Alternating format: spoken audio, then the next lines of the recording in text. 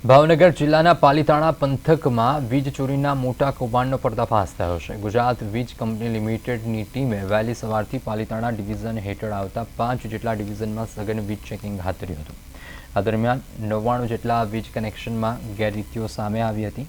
તો પ્રાપ્ત માહિતી અનુસાર આ 99 કનેક્શન પૈકી 98 રહેણાંક અને એક વાણિજ્યક કનેક્શનમાં ગેરકાયદેસર રીતે વીજળીનો ઉપયોગ થતો હોવાનું જણાયું હતું। પીજીવીસીએલની ટીમે કરેલી તપાસમાં આ વીજ ચોરીનું કુલ મૂલ્ય આશરે 32.61 લાખ રૂપિયા આંકવામાં આવ્યું છે। વીજ ચોરી ઝડપાયા બાદ પીજીવીસીએલ દ્વારા સંબંધિત કનેક્શન ધારકોને નોટિસ ફટકારવામાં આવી છે અને તેમની સામે દંડનીય કાર્યવાહી હાથ ધરવામાં આવી છે। આ કાર્યવાહીથી વીજ ચોરી કરતા તત્વોમાં ફફડાટ વ્યાપી ગયો છે।